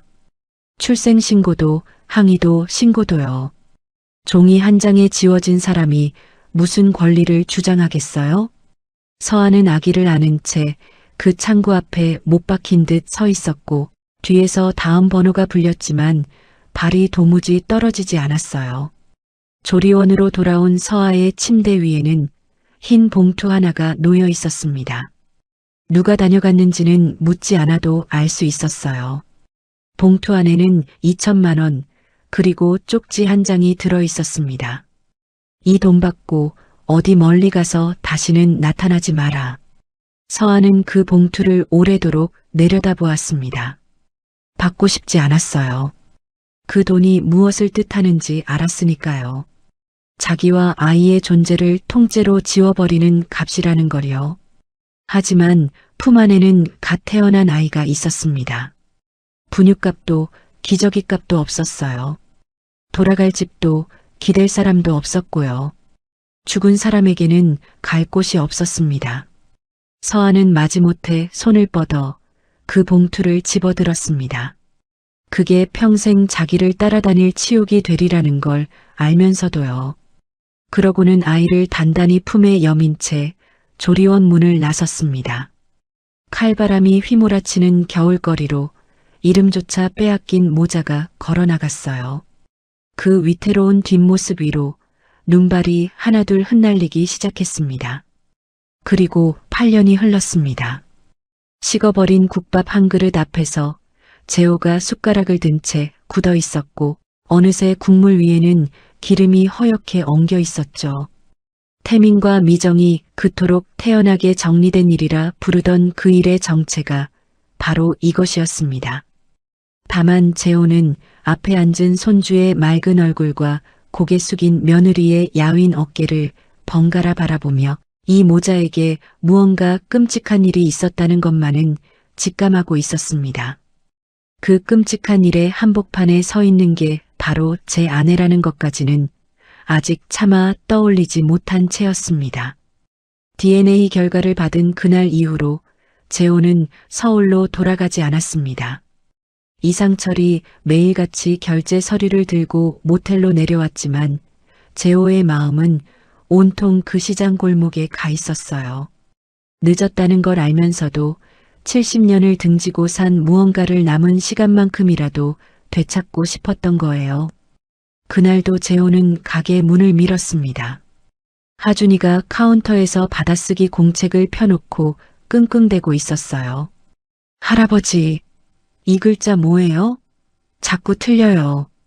재호가 다가가 공책을 들여다보니 의와 의를 헷갈려 적어 놓은 거였어요. 그는 카운터 의자에 나란히 앉아 몽당 연필을 쥔 아이의 손 위에 제 손을 포겠습니다. 일평생 계약서에 서명만 하던 그 손이 8살짜리의 받아쓰기를 거들고 있었어요. 이건 의. 동그라미 옆에 작대기 하나 더 그으면 돼. 자, 천천히. 획이 빗둘배둘 그어졌습니다. 하준이가 고개를 갸웃하더니 문득 물었어요. 할아버지는 글씨 잘 쓰네요. 학교 많이 다녔어요? 재호의 손이 잠깐 멎었습니다. 학교라곤 제대로 다녀본 적도 없이 배달 그릇을 나르며 어깨너머로 글자를 깨친 자기였어요. 그런데 그 얘기를 이 아이 앞에서 꺼낼 수는 없었죠. 아니, 할아버지도 너만 할 땐 학교 못 갔어. 진짜요? 하준이의 눈이 동그래졌습니다. 할아버지도요? 나도 학교 못 가는데. 그래. 그러니까 우리 둘이 똑같네. 별것 아닌 그 한마디에 하준이가 까르르 웃었습니다. 자기처럼 학교에 못 간 사람이 세상에 또 있다는 게 이 아이에겐 위로가 됐던 거예요. 그게 부끄러운 일이 아니라는 듯 할아버지가 그렇게 말해줬으니까요. 재호는 그 웃는 얼굴을 바라보았습니다. 받아쓰기를 마친 하준이가 재호의 소매를 잡아 끌었습니다. 할아버지, 나 보여줄 거 있어요. 아이가 데려간 가게 뒤편 골목 담벼락 아래 깨진 화분에 이름 모를 꽃 한 송이가 피어 있었습니다. 이거 내가 키우는 거예요. 씨앗 주워다 심었는데 진짜 꽃이 폈어요. 신기하죠? 쪼그려 앉아 꽃을 자랑하는 아이의 옆모습을 재호도 따라 쪼그려 앉아 바라보았습니다. 가진 것 하나 없는 이 아이가 거기 핀 꽃 한 송이를 세상에서 제일 귀한 보물처럼 여기고 있었어요. 색종이를 접어 꽃을 만들고 깨진 화분에 씨앗을 심어 꽃을 피우고 아무것도 없는 자리에서도 자꾸만 꽃을 만들어내는 아이였던 거죠. 그 모습이 수조원을 굴리면서도 평생 한 번을 진짜로 웃어본 적 없는 이 노인의 가슴을 데웠어요. 주방 쪽에서 서아가 그 광경을 지켜보고 있었어요. 처음엔 불안했습니다. 저 위험한 노인이 왜 자꾸 찾아오는지, 무슨 속셈인지 알 수 없었으니까요. 그런데 며칠이 지나는 동안 서아의 경계가 저도 모르게 한 겹씩 풀리고 있었어요. 그날도 서아는 솥에서 국밥을 한 그릇 펐습니다. 그런데 문득 정신을 차려보니 재호의 뚝배기에 고기를 평소보다 두어 점 더 얹고 있는 자기 손이 보였어요. 누가 시킨 것도 아닌데 손이 먼저 그러고 있었던 거죠. 서아는 잠깐 그 손을 내려다보았습니다. 미워해야 할 사람, 경계해야 할 사람한테 어느새 제일 좋은 고기를 골라 담고 있는 자기 자신이 스스로도 낯설었어요. 저 노인이 하준이를 바라보는 그 눈빛, 8년 동안 단 한 번도 본 적 없는 진짜 핏줄을 보는 어른의 눈빛 때문이었을 겁니다. 그날 재호가 돌아간 뒤 하준이가 들뜬 얼굴로 서아에게 매달렸어요. 엄마, 할아버지 내일도 와요? 할아버지 좋아. 서아는 아이의 머리를 쓸어내리며 차마 아무 대답도 하지 못했습니다. 저 노인이 어떤 사람인지, 자기가 왜 저 집안에서 도망쳐 나왔는지 8살짜리에게 설명할 길이 없었던 거예요. 그 온기에 찬물을 끼얹은 건 며칠 뒤 가게 앞에 나타난 조끼 차림의 사내 둘이었습니다. 등에 고향맛 로고가 박힌 그들이 국밥집 문 바로 앞에 전단 매대를 척 펼쳐놓은 거예요. 고향맛 푸드코트 국밥, 오늘만 3,000원. 길 건너에서 7,000원 주고 드시지 말고 싸고 깨끗한 데서 드세요. 싸고 깨끗한 데서. 그 말이 열린 문틈으로 고스란히 가게 안까지 흘러들었습니다. 들어오려던 손님 둘이 전단을 받아들고 발길을 돌렸고 카운터에 하준이가 그 뒷모습을 물끄러미 바라보았어요. 엄마, 우리 가게 더러워? 행주를 쥔 서아의 손이 멈췄습니다. 아니라고 말해줘야 하는데 목이 메어 말이 나오지 않았어요. 그때 구석자리에서 국밥을 먹던 재호가 수저를 탁 내려놓고 일어섰습니다. 그는 가게 문을 나서서 전단을 흔드는 사내들 앞에 우뚝 섰어요. 어이, 젊은 사람들. 지역에서 급하게 뽑힌 판촉사원들이 본사 회장 얼굴을 알아볼 리 없었지요. 고향맛 판촉 지침 7조, 반경 50m 안경쟁 점포함 매대 설치 금지, 12조, 타점포 깎아내리는 문구 금지. 그거 어기면 어떻게 되는지는 아나? 사내들이 어리둥절해 서로를 마주봤습니다. 뭐야, 영감님이 그런 걸 어떻게 해?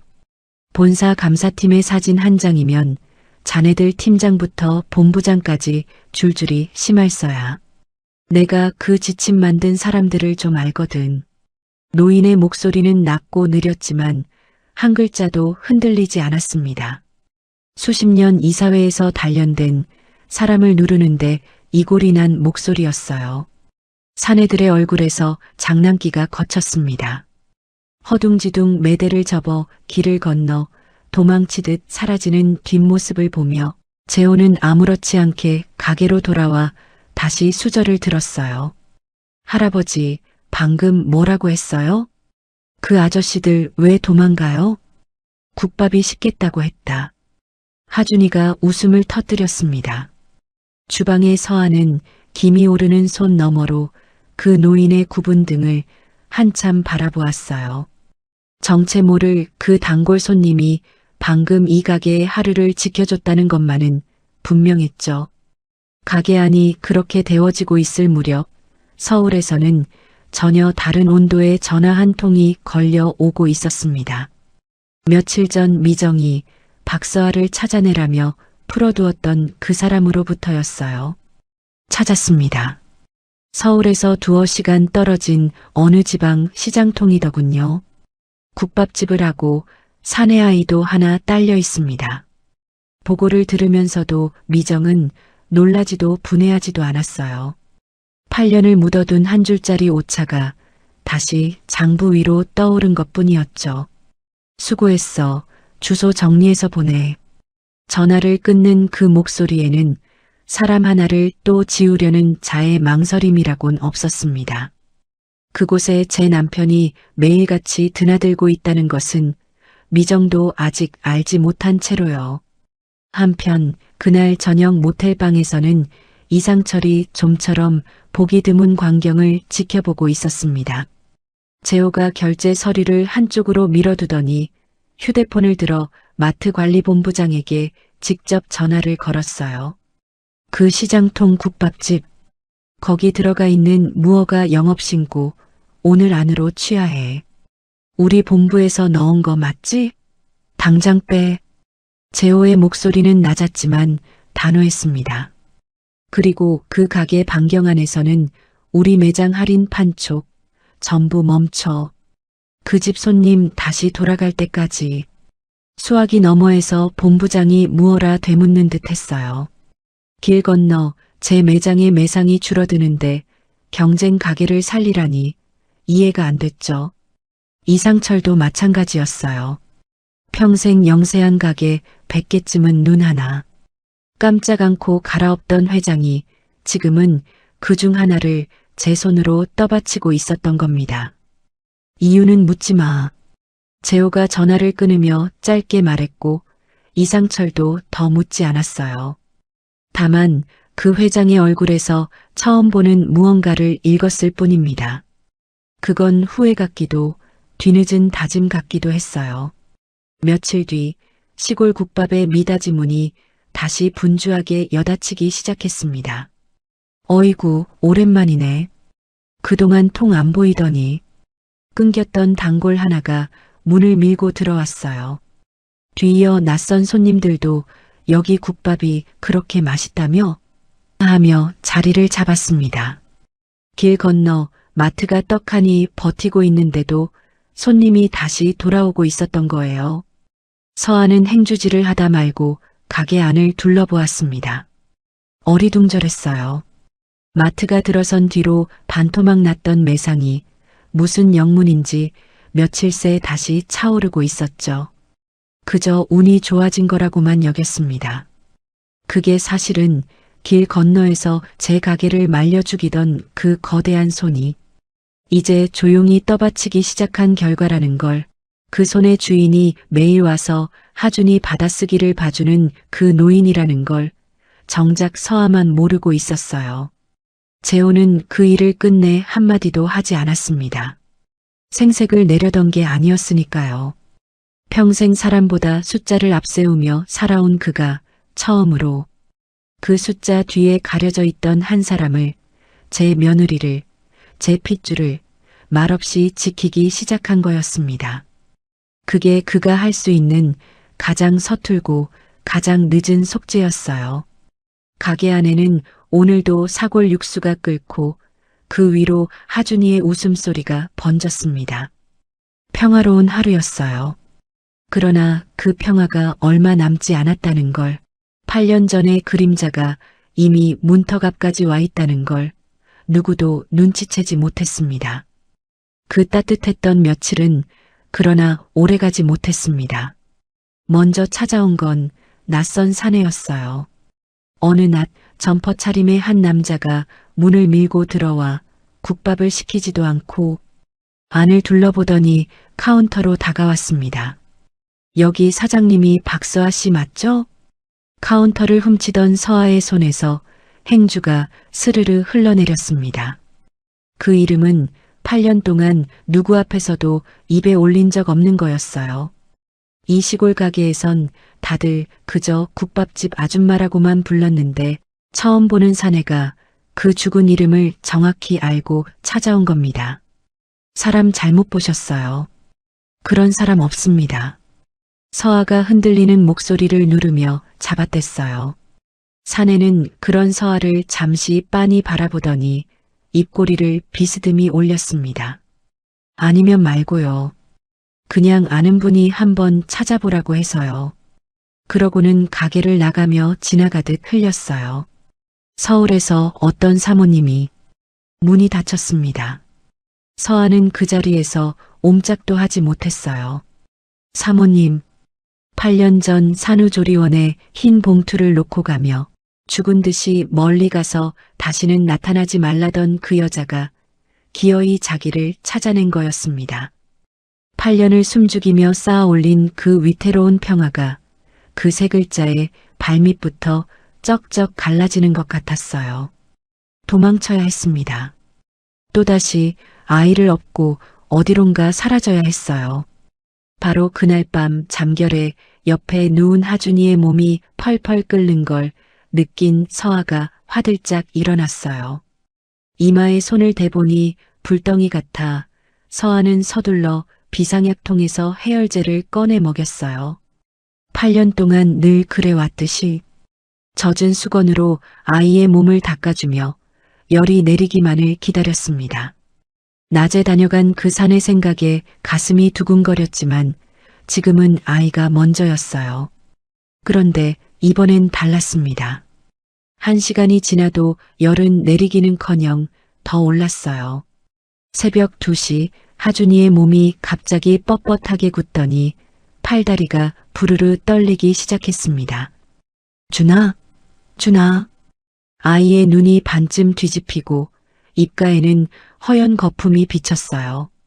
경련이었습니다. 서아는 아이를 끌어안고 미친 듯이 이름을 불렀어요. 준아, 엄마야. 준아, 제발 정신 차려. 품 안에서 그 몸이 제 의지와 상관없이 떨리는 감촉에 서아의 손끝까지 새파랗게 질렸습니다.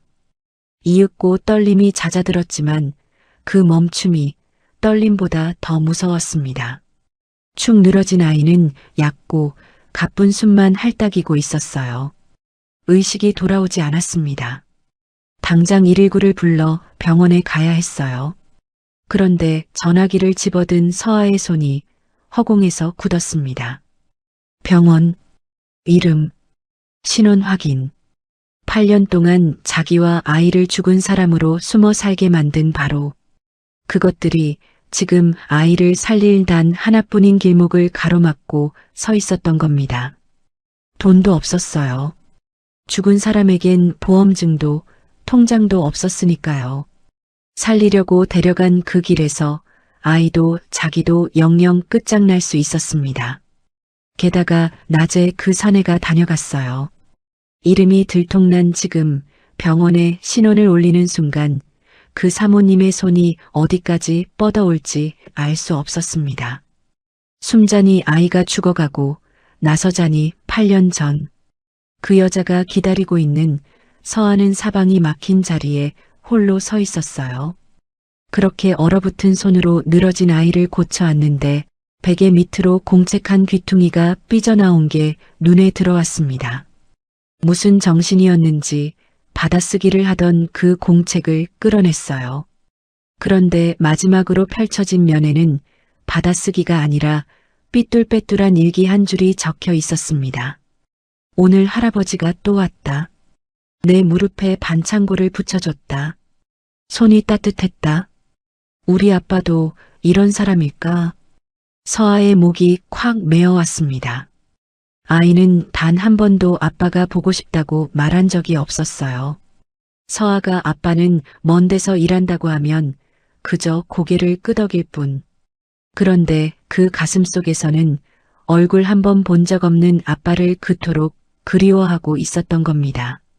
낯선 할아버지의 따뜻한 손을 빌려서라도요. 서아의 눈에서 굵은 눈물이 뚝 떨어져 공책 위 서툰 글씨를 적셨습니다. 공책을 탁 덮고 이를 악물었어요. 그 순간 무서운 생각 하나가 서아의 머리를 스쳤습니다. 그동안 자기는 이 아이를 지킨다고 믿어왔어요. 그 끔찍한 사람들로부터, 세상으로부터. 그런데 정말 그랬을까요? 병원도 학교도 못 가게 이름도 없이 그림자처럼 숨겨 키운 그 8년이 어쩌면 지킨 게 아니라 제 손으로 이 아이를 세상에서 조금씩 지워온 건 아니었을까? 그리고 바로 그 숨음이 지금 이 밤 아이를 죽음의 문턱까지 끌고 온 거라면 생각이 거기에 닿자 서아의 가슴이 철렁 내려앉았습니다. 그동안 공포라고 부르며 끌어안고 있던 그것이 사실은 아이를 가둔 감옥이었다는 걸 그제야 알았어요. 이 아이를 이렇게 떠나보낼 순 없었습니다. 죽은 사람으로 숨어 사는 것보다 1000배 만배 무서운 건 이 아이를 잃는 거였으니까요. 8년 동안 자기를 올감해 온 그 공포가 늘어진 아이의 가쁜 숨소리 앞에서 처음으로 와르르 무너져 내렸습니다. 서아는 담요로 하준이를 꽁꽁 싸서 등에 들쳐 업었어요. 그러고는 맨발에 신발을 꿰고 가게 문을 박차고 어둠 속으로 뛰쳐나갔습니다. 향한 곳은 병원이 아니라 시장 끝 그 낡은 모텔이었어요. 며칠째 동네에 머문다는 그 회장이 검은 세단을 세워둔 그 모텔. 돈도 힘도 있으면서 아이의 까진 무릎에 반창고를 붙여줄 줄 아는 사람. 자기와 아이를 한순간에 망가뜨릴 수도 있는 그 위험한 사람이 지금 서아가 기댈 수 있는 세상의 마지막 한 사람이었던 겁니다. 등에 업힌 아이의 무게를 느끼며 서아는 캄캄한 밤길을 내달렸어요. 숨이 턱까지 차올랐지만 멈추지 않았습니다. 모텔 방문을 주먹으로 두드렸습니다. 쾅, 쾅, 쾅. 회장님, 계세요? 제발 문 좀 열어주세요. 문이 벌컥 열리고 잠을 설친 듯한 재호가 놀란 얼굴로 서 있었습니다. 그 얼굴을 보는 순간 8년을 고추세워 온 서아의 다리가 마치 팽팽히 당겨졌던 줄이 뚝 끊기듯 풀려버렸어요. 등에 업은 아이를 앞으로 끌어안으며 서아는 그 자리에 무릎을 꿇었습니다. 8년 동안 단 한 번도 부르지 못한 말이 떨리는 입술 사이로 터져나왔어요. 도와주세요. 이 아이가 아버님 손자예요. 제발 이 아이 좀 살려주세요. 아버님. 그 한마디에 8년을 감춰온 비밀이 본물처럼 쏟아졌습니다. 도망쳐온 며느리가 자기를 쫓던 그 노인을 처음으로 아버님이라 불렀어요. 자존심도 그 비밀도 다 내던지고 오직 아이를 살리겠다는 그 하나로요. 재호는 묻지 않았습니다. 어떻게 살아있었느냐고, 왜 그동안 숨었느냐고 아무것도 따지지 않았고 곧장 서아의 품에서 늘어진 아이를 받아 안았습니다. 차에 타라. 짧고 단호한 한마디였어요. 검은 세단이 모텔 주차장을 미끄러져 나가 어둠 속 도로를 가르며 달리기 시작했습니다. 차 안에서 서아가 잠긴 목소리로 입을 열었어요. 오늘 낮에 어떤 남자가 가게에 왔었어요. 절 찾아서요. 서울에서 어떤 사모님이 보냈다고 했어요. 재호의 턱이 굳었습니다. 그 사모님이 누구인지 되물을 필요도 없었죠. 병원으로 질주하는 차 안 재호는 뒷좌석에서 아이를 제 무릎에 누이고 그 뜨거운 이마를 짚고 있었습니다. 그때 차창 밖으로 거대한 불빛 하나가 스쳐 지나갔어요. 한밤중에도 대낮처럼 환하게 켜진 고향맛 대형마트의 야간 조명이었습니다. 고향의 맛을 전합니다. 그 붉은 글씨가 차창에 잠깐 어렸다가 흘러가 버렸어요. 재호의 시선이 그 간판을 쫓았습니다. 자기 회사, 자기가 세운 간판, 그리고 그 마트가 길 건너 국밥집을, 제 손주가 자라온 그 가게를 말려 죽이고 있었다는 것. 무허가 신고를 넣은 것 역시 제 회사였다는 것. 여태 흩어져 있던 조각들이 그 붉은 불빛 아래에서 처음으로 한 줄로 깨어지기 시작했어요. 아이의 이마를 짚은 재호의 손이 파르르 떨렸습니다. 품 안에서 끙끙 앓고 있는 이 손주가 자기 자신이 세운 세상에 짓밟혀 온 거였으니까요. 응급실 자동문이 열리자 재호는 늘어진 손주를 품에 안은 채 안으로 뛰어들었습니다. 의사 불러. 빨리, 사람 죽어가잖아. 평생 누구에게도 소리 한번 높인 적 없던 노인이 응급실 한복판에서 고함을 쳤어요. 간호사가 달려와 아이를 받아 카트에 눕혔습니다. 접수처 직원이 보호자 정보를 물었지만 서아의 입은 얼어붙어 떨어지지 않았어요. 이름을 대는 순간 죽은 사람인 게 드러난다는 8년 묵은 공포가 또 발목을 잡았던 겁니다. 그 순간 재호가 카운터를 손바닥으로 쾅 내리쳤습니다. 보호자는 나야. 윤재호. 입원이든 검사든 다 내 이름으로 달아. 돈 걱정은 하지 말고 이 나라에서 제일 좋은 의사 붙여. 직원이 윤재호라는 이름과 그가 내민 카드를 번갈아 보더니 자리에서 벌떡 일어났습니다. 8년 동안 서아를 옥죄어온 그 모든 절차가 노인의 이름 석자에 순식간에 허물어졌어요. 카트에 실린 하준이가 처치실 안으로 빨려 들어가고 미닫이 같은 문이 스르륵 닫혔습니다. 재호는 그 닫힌 문을 잠깐 바라보다 휴대폰을 꺼내 서울로 짧은 전화 한 통을 걸었어요. 이 밤 와야 할 사람들이 있었으니까요. 그리고 기다림이 시작됐어요.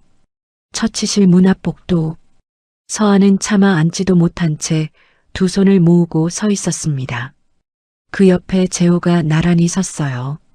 형광등이 윙 소리를 내며 깜빡였고 멀리서 다른 환자의 신음과 카트 바퀴 소리가 들려왔습니다. 두 사람 사이에는 한동안 아무 말도 오가지 않았어요. 침묵을 먼저 깬 건 뜻밖에도 서아였습니다. 길 건너에 마트 들어오고 사실 다 끝났다고 생각했어요. 닫힌 문에 시선을 둔 채 혼잣말처럼 나직한 목소리였어요. 손님이 뚝 끊기고 이제 어디로 또 도망가야 하나 밤마다 그 생각뿐이었어요. 그런데 얼마 전부터 이상하게 손님이 돌아왔어요. 그 덕에 버텼어요. 하늘이 도왔나 봐요. 그 한마디에 재호의 어깨가 돌처럼 굳었습니다. 한참 만에 노인의 입에서 낮게 갈라진 목소리가 새어나왔어요. 미안하다. 서아가 고개를 들었어요. 그 마트, 내 거다. 서아의 눈이 크게 흔들렸습니다. 고향맛, 그거 내 회사야. 내 가게 손님을 끊어놓은 것도 무허가라고 신고를 넣은 것도 다 내 회사가 한 짓이다. 너를, 내 손주가 자란 그 가게를 8년 만에 겨우 찾은 그 자리를 천천히 목 졸라온 게 바로 나야. 서아는 숨쉬는 것도 잊은 채 재호를 바라보았습니다. 아이의 무릎에 반창고를 붙여주던 손, 받아쓰기. 공책 위에 포개지던 그 따뜻한 손의 주인이 길 건너에서 제 가게를 말려 죽이던 그 거대한 간판의 주인이기도 했다니요.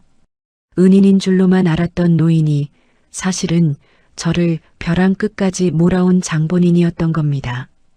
나는 내 아들이 어떤 인간인지도 몰랐고 내 며느리가 어떻게 사라졌는지도 몰랐다. 알려고도 안 했지. 회사가 숫자가 그깟 것들이 늘 먼저였으니까. 그 8년 동안 너는 죽은 사람으로 살았고 저 아이는 학교도 병원도 못 가고 컸어.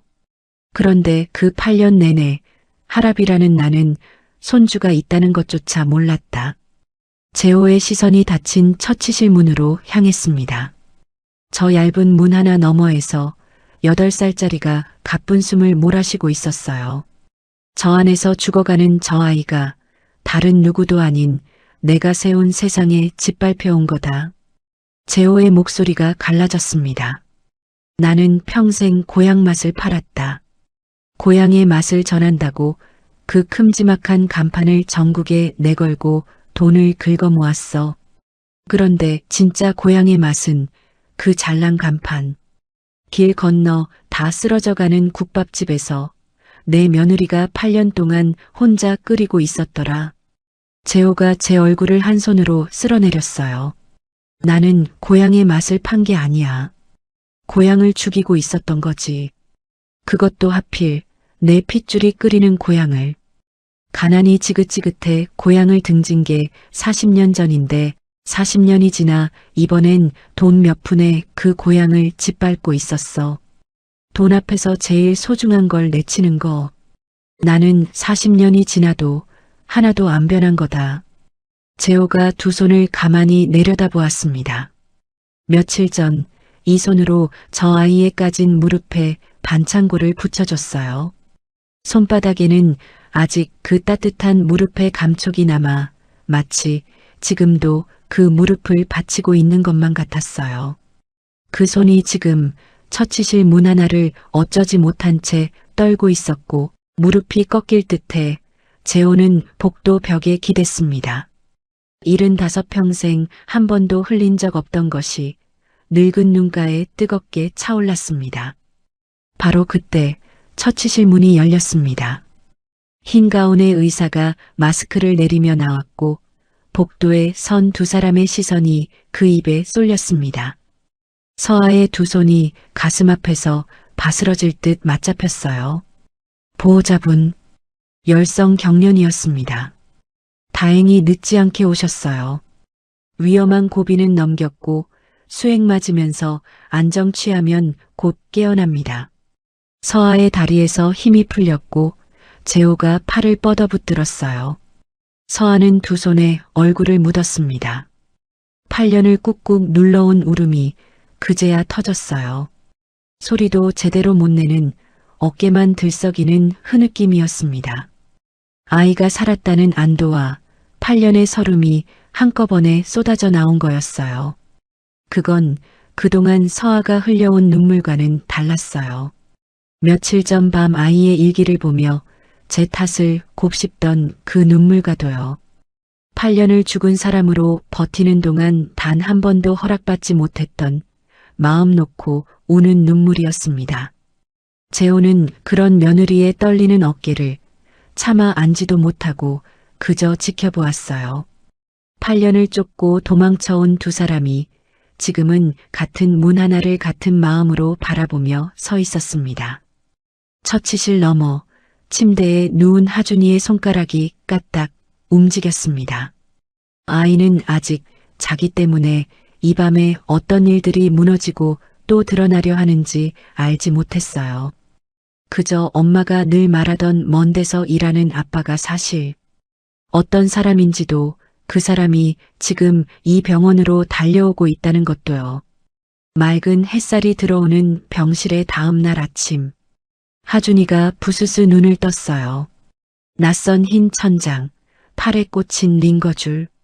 아이가 영문을 몰라 두리번거리는데 침대 옆에 엎드려 잠들어 있던 서아가 인기척에 화들짝 고개를 들었습니다. 준아, 엄마 알아보겠어? 엄마 여기 어디야? 서아가 왈칵 아이를 끌어안았어요. 품에 안긴 몸이 따뜻하게 숨쉬는 걸 느낀 순간 서아는 며칠을 참아온 숨을 그제야 길게 토해냈습니다. 8년 만에 처음 와보는 병원, 8년 만에 처음 받아보는 치료였어요. 그토록 두려워하던 그 흰 건물 안에서 아이는 죽지 않고 멀쩡히 깨어났습니다. 무너질 것 같던 가슴이 마치 펄펄 끓던 솥이 불을 끄자 잦아들듯 아이의 등을 쓸어내리는 그 손끝에서 가라앉았어요. 준아, 배고프지? 죽 가져다 줄게. 서아가 눈물을 훔치며 일어서려는데 하준이가 그 소매를 잡았어요. 엄마, 저기 문 앞에 있는 아저씨는 누구야? 서아가 돌아보니 밤새 한숨도 못 잔 듯 초췌한 얼굴의 태민이 차마 안으로 들어오지도 못한 채 병실 문턱에 서 있었어요. 아들과 눈이 마주치자 태민의 입술이 떨렸습니다. 서아는 잠시 망설였어요. 이 사람을 아이에게 뭐라고 소개해야 할까? 8년 동안 단 한 번도 찾지 않은 아버지를, 자식을 종이 위에서 죽게 내버려둔 그 비겁한 사람을. 하지만 아이의 맑은 눈을 보는 순간 서아는 진실을 쏟아낼 수가 없었습니다. 저 아저씨가 준이 너 보러 멀리서 오셨대. 하준이의 눈이 동그래졌어요. 혹시 우리 아빠야? 태민이 그 자리에 무너지듯 무릎을 꿇었습니다. 침대 곁으로 기어오다시피 다가와 아들의 손을 두 손으로 감싸쥐었어요. 미안하다. 아빠가 정말 미안하다.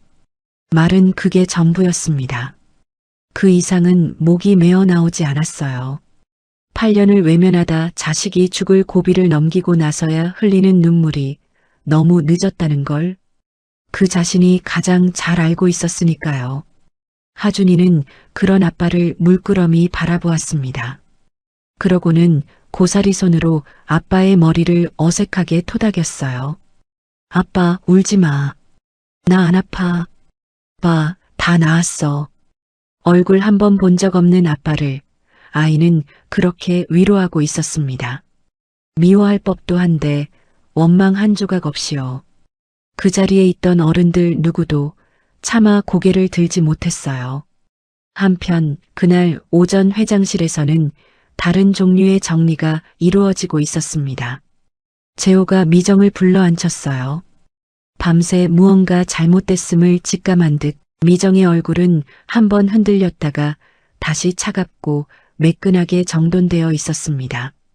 미정이 먼저 입을 열었어요. 여보, 냉정하게 생각해요. 저 모자를 호적에 드리는 순간 회사 지분이 어떻게 되는지 당신이 더 잘 알잖아요. 내가 한 일도 다 이 집안 재산을 지키려고. 강미정. 재호가 아내의 말을 잘랐습니다. 8년 전 사망신고. 당신이 했더군. 미정의 눈동자가 미세하게 흔들렸지만 이내 표정을 가다듬었죠. 오랜 세월 위기를 넘겨온 사람 특유의 빠른 태세 전환이었습니다. 오해예요. 다 집안을 위해서 한 일이에요. 근본도 없는 애가 윤 씨 집안에 들어오는 게 말이 돼요? 저 여자가 무슨 수작을 부려서 당신을 홀린 건지. 8년 전 일은 그렇다 치자. 재호의 목소리가 한층 차가워졌습니다. 그럼 이번엔 뭐냐? 사람을 풀어서 저 가게까지 찾아낸 건 죽은 사람으로 만든 것도 모자라서 이제와 또 입을 막으려 든 거 아니야. 미정의 낯빛이 변했어요. 흥신소까지 동원해 서아를 다시 찾아내려던 그 일을 남편이 이미 알고 있을 줄은 몰랐던 겁니다. 8년 전에도 그리고 지금도 이 여자는 사람 하나를 끝까지 지워 없애려 하고 있었던 거였어요. 여보, 지금 저 여자 말만 믿고 자시고 할 것도 없어. 재호가 책상 위에 접힌 종이를 꺼내 놓았습니다. 유전자 검사 결과지였어요. 친자 확률 99.99%. 저 아이는 윤태민의 아들이고 내 손주야. 이게 종이 위 거짓말이 아니라 진짜다. 미정의 얼굴에서 핏기가 가셨습니다. 평생 종이 한 장으로 사람을 죽은 자로 만들어 온 그 여자가 이번엔 종이 한 장 앞에서 말문이 막혀버린 거예요. 재호가 그 위에 서류 한 묶음을 더 밀었습니다. 변호사 불렀어. 이혼 서류, 그리고 사문서 위조와 무고에 대한 고소장이다. 미정의 인매가 굳었어요. 나를 고소하겠다고? 30년을 같이 산 부인을? 30년. 재호가 씁쓸하게 웃었습니다. 그 30년 동안 내가 당신을 부인으로 본 적이 있었나? 당신이 나를 남편으로 본 적이 있었나? 우리는 그냥 같은 금고를 지키는 두 사람이었지. 여보, 무슨 그런. 미정이 발끈하려 했지만 재호가 손을 들어 막았어요. 당신도 이 집안에 처음 들어왔을 땐 근본 없다는 소리 들으며 문턱에서 멸시당하던 사람이었어. 그 멸시 이 악물고 견뎌낸 거 나도 똑똑히 봤지. 재호가 아내를 똑바로 보았습니다. 그런데 당신은 끝내 당신을 밀어내던 그 문이 되기로 한 거야. 똑같이 근본 없다는 말로 똑같이 사람을 문 밖으로 내쫓는. 미정의 매끈하던 얼굴에 처음으로 금이 갔어요. 꽁꽁 묻어둔 그 자리를 30년을 같이 산 남편이 정확히 짚어낸 거였습니다. 하지만 그 균열도 잠시 미정은 입을 꾹 다문 채 끝내 한마디도 변명하지 않았어요. 인정하는 것도 무너지는 것도 자존심이 허락하지 않았던 거죠. 재호가 자리에서 일어나 창가로 갔습니다. 발 아래로 펼쳐진 도시 곳곳에 그가 평생 쌓아 올린 고향 맛의 간판들이 붉게 박혀 있었어요. 법이 당신을 어떻게 처분할지는 법이 정할 거야. 나는 더는 당신을 위해 눈 감지 않아. 재호가 돌아보지 않은 채 말했습니다. 나가줘. 이 방에서도 내 인생에서도. 미정은 한참을 앉아 있다가 아무 말도 하지 못하고 자리에서 일어났고 또각또각 멀어지는 구두 소리가 회장실 문 밖으로 사라졌습니다. 평생 종이와 돈으로 사람을 쥐락펴락해온 여자의 퇴장은 의외로 그렇게 조용했어요. 태민에게는 다른 종류의 처분이 기다리고 있었어요. 그날 저녁 병원 복도. 아들의 병실을 나선 재호 앞에 태민이 고개를 숙인 채 서 있었습니다. 너는 알고 있었냐? 재호가 아들을 똑바로 보자 태민은 아버지의 눈을 피했습니다. 그 회피가 첫마디 대답보다 분명했어요. 저는 그냥 어머니가 알아서 정리하신 줄로만. 저도 그땐 어렸고 사업 막 시작할 때라 정신이 없었고. 내 자식이다. 재호의 목소리가 떨렸습니다. 어젯밤 죽을 고비를 넘긴 저 아이가 내 핏줄이야. 너는 내 자식이 태어난 것도 길바닥으로 내쳐진 것도 8년을 그렇게 산 것도 전부 알면서 눈 감았다는 거 아니냐? 태민은 변명조차 내놓지 못했고 재호는 말없이 봉투 하나를 내밀었습니다. 태민이 봉투를 열어보니 그건 어느 지방 지점의 발령장이었어요. 본사 임원 자리에서 직원 3자리 시골 점포의 말단으로 내려보낸다는 종이었습니다. 밑바닥부터 다시 배워라. 재호의 목소리는 낮았습니다. 사람이 우선인지 숫자가 우선인지 내 발로 그 바닥을 밟으면서 깨달아. 거기서 내가 깔아뭉갰을지도 모를 작은 가게들, 그 주인들 얼굴 하나하나 보면서 그게 안 되면 너는 영영 저 아이 아버지 자격이 없는 거다. 태민은 발령장을 두 손에 쥔 채 오래도록 고개를 들지 못했어요. 항의도 핑계도 없었습니다. 그게 마땅하다는 걸 태민 스스로도 부정할 수 없었던 겁니다. 그 며칠 사이 국밥집에는 이장이 먼저 다녀갔습니다. 서아야, 그 신고 말이다. 구청에 다시 알아봤더니 마트 쪽에서 지들이 먼저 취하했다더라. 그 금방 할인 판촉도 싹 걷어들였고 내가 손 쓸 것도 없이 끝나 있었어. 세상에 그 큰 회사가 무슨 바람이 불었는지. 이장은 제 일처럼 신기해하며 돌아갔지만 서아는 행주를 쥔 채 그 자리에 붙박여 있었습니다. 마트 쪽에서 먼저 그 마트가 누구 것인지 서아는 이제 알고 있었죠. 병원 복도에서 너를 목 졸라온 게 나라고.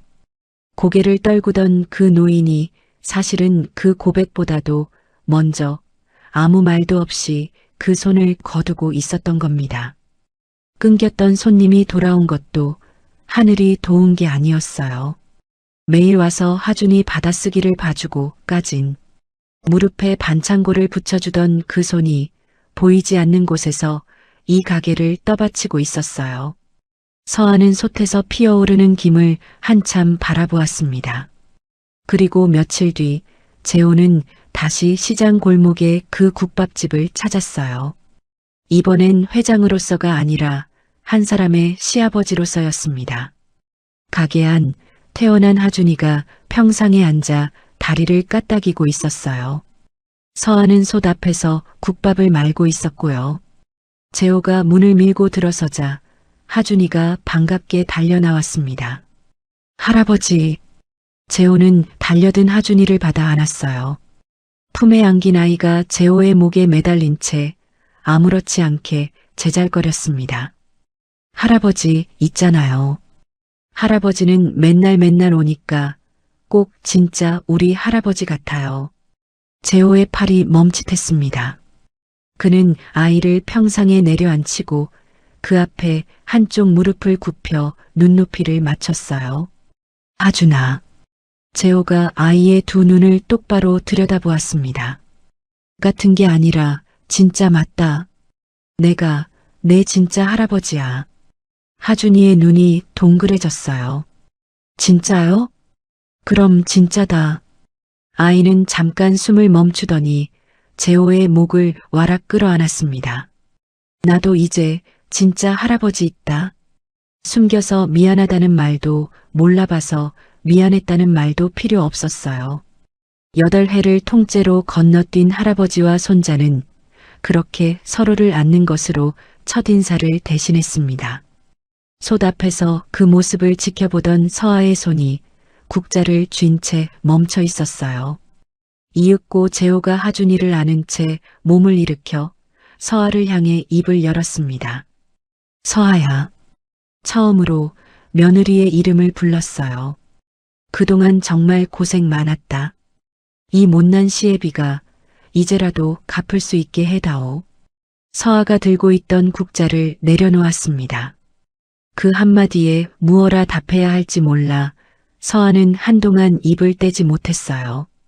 8년 동안 누구에게도 받아본 적 없던 그 말이 가슴 깊은 곳 어딘가를 녹이고 있었습니다. 재호는 그런 며느리 앞에서 며칠 전 서아가 모텔 문 앞에서 자기에게 그랬듯이 한쪽 무릎을 굽혔어요. 아니, 8년 전 산후조리원에서 강미정이 내려다보며 모욕했던 그 자리를 대신 갚으려는 듯 늙은 시아버지가 며느리 앞에 고개를 숙인 거였습니다. 미안하다. 그리고 고맙다. 내 손주를 이렇게 잘 키워줘서. 알아요. 서아가 조용히 말했습니다. 신고, 아버님이 거두신 거. 끊겼던 손님들이 돌아온 것도요. 이장님한테 다 들었어요. 무릎을 굽힌 재호의 어깨가 흠칫 굳었습니다. 끝내 입을 다물려던 일이었으니까요. 병원에서는 그렇게 죄만 고하시더니 갚은 얘기는 왜 한마디도 안 하셨어요. 그게 무슨 자랑이라고. 재호가 낮게 대답했습니다. 목 조르던 손으로 도로 떠받친 게 갚음이 되겠느냐. 그건 그냥 당연히 해야 할 일을 이제야 한 거다. 그러고는 재호가 양복 안주머니에서 무언가를 꺼냈습니다. 울퉁불퉁 서툴게 접힌 빛바랜 분홍색 종이꽃이었어요. 하준이가 처음 만났던 날 접어준 그 꽃을 재호는 그날 이후로 줄곧 가슴팍에 넣고 다녔던 겁니다. 수조원을 주무르던 노인이 8살짜리의 종이꽃 한 송이를 무슨 부적처럼 지니고 있었던 거예요. 이 꽃이 이 늙은이를 여기까지 데려왔다. 재호가 그 꽃을 들여다보며 나직이 말했습니다. 서아의 눈에서 참고 있던 눈물이 툭 떨어졌습니다. 그러고는 8년 동안 누구 앞에서도 꺼낸 적 없던 이야기가 잠긴 목소리로 이어졌어요. 그 돈 받고 싶지 않았어요. 서아가 고개를 숙인 채 말했습니다. 2천만 원 그거 받는 순간 제가 정말 없는 사람이 되는 거 알았으니까요. 근데 품에 갓 태어난 게 있었어요. 분유값도 없고 갈 데도 없고 그래서 받았어요. 그날부터 8년을 그 돈 받은 제 자신이 부끄러워서 고개를 못 들고 살았어요. 서아의 어깨가 가늘게 떨렸습니다.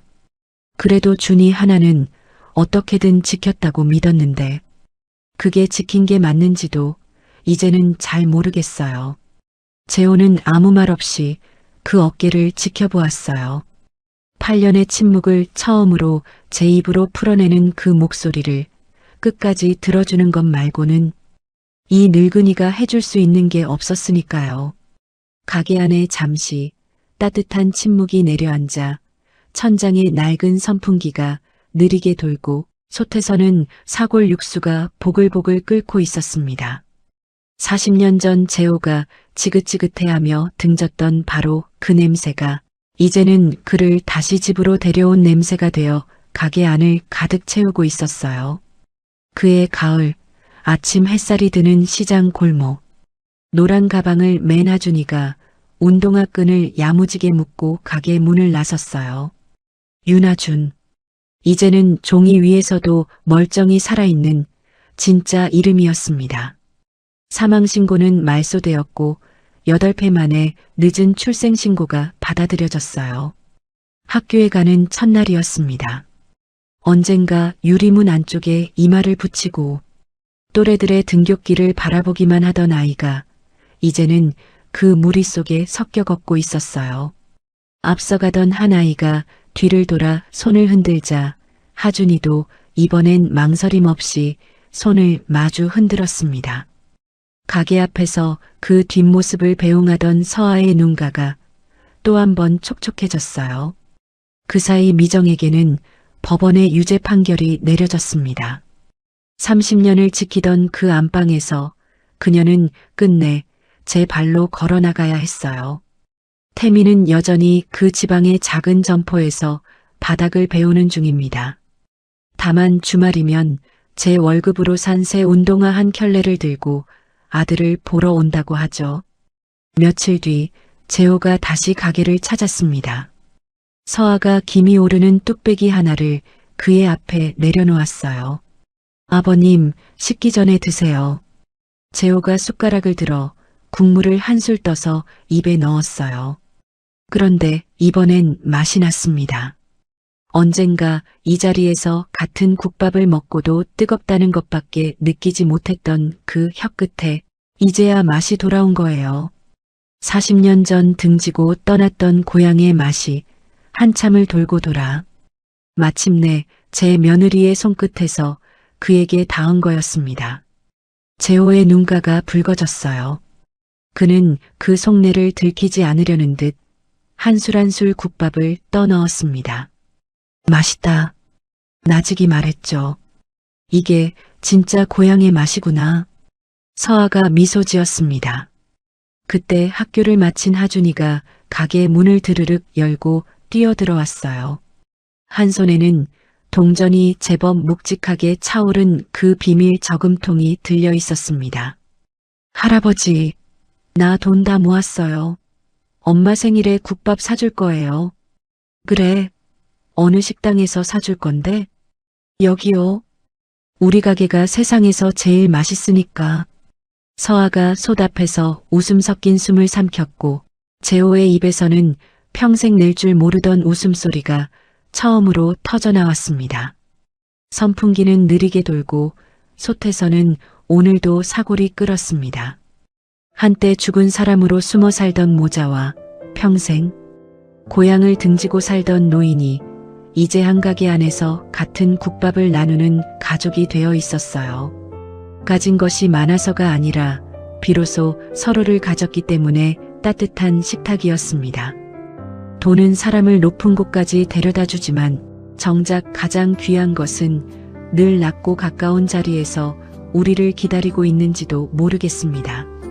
40년을 등졌던 고향의 맛이 결국 한 사람의 손끝에서 돌아왔듯 늦었다는 걸 깨닫는 순간이야말로 돌아가기에 가장 이른 순간이 아닐까요? 이 이야기를 쓰면서 저도 바쁘다는 핑계로 오래 미뤄둔 얼굴 하나가 자꾸 떠올라 몇 번이고 손을 멈췄습니다. 오늘 이 한 편이 선생님들께는 어떤 시간으로 남았을지 모르겠습니다. 혹시 마음속에 미뤄둔 한 사람이 있으시다면 그 얼굴을 오랜만에 떠올려 보는 시간이셨기를 바랍니다. 지금까지 굿밤 이야기였습니다. 긴 이야기 끝까지 함께 해주셔서 감사합니다.